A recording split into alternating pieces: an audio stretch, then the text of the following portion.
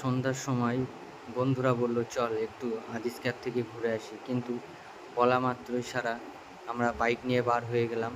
4 বন্ধু এক বাইকে। পিছনের নাম শোয়েব মণ্ডল, তারপরে আছে তরিকুল, তারপরে আছে সবুজ, তারপরে আমি আছি, বাইক চালাচ্ছি।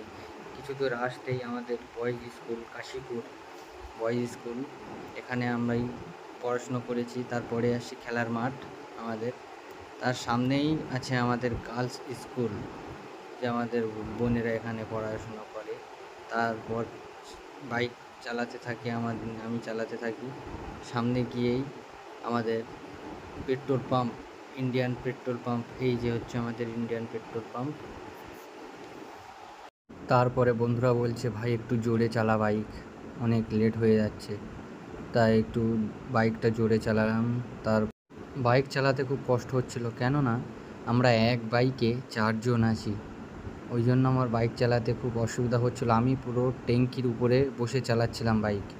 আর আমাদের পিছনে যে বন্ধুটা ছিল সে ভীষণ মোটা, ওর নাম হচ্ছে সোহেব। ও ভীষণ মোটা, ওই কারণে গাড়িতে জায়গা ধরছিল না। তারপরে ওখান থেকে খারোবাজার আসলাম, এই যে খারোবাজার স্কুল। তারপরে এখান থেকে বেশি দূর না, আদিস ক্যাব সামনেই দেখা যাচ্ছিল, আদিস ক্যাবের লাইটিং।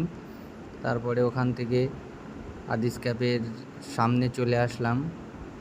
সামনে আসার পরে বাইকটা ক্যাফের মেইন গেট দিয়ে ভিতরে নিয়ে গেছিলাম।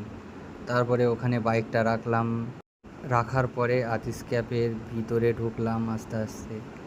ভিতরটা খুব সুন্দর ছিল, বন্ধুরাও খুব মজা করছিল। আমার একটা বন্ধু ছিল ওই যে আসছে। তারপরে বাইরে একটা টেবিল নিয়ে বসে পড়লাম, একটা কোক নিয়ে আসলো বন্ধু, সবাই খাচ্ছিল। আর ক্যামেরার দিকে বলছিলাম ভাই ফের সবাইকে দেখালাম। এক বন্ধু মাথা নিচে করেছিল। তারপরে ক্যাফের ভিতরটা পুরো ভিডিও করলাম। আজকে অনেক ভিড় ছিল, সবসময়ই ভিড় থাকে আদিস ক্যাফে। ক্যাবটা কিন্তু খুব সুন্দরভাবে সাজিয়েছে আদিস ক্যাব। এই বলে আমার মিনি ব্লগটা শেষ করলাম।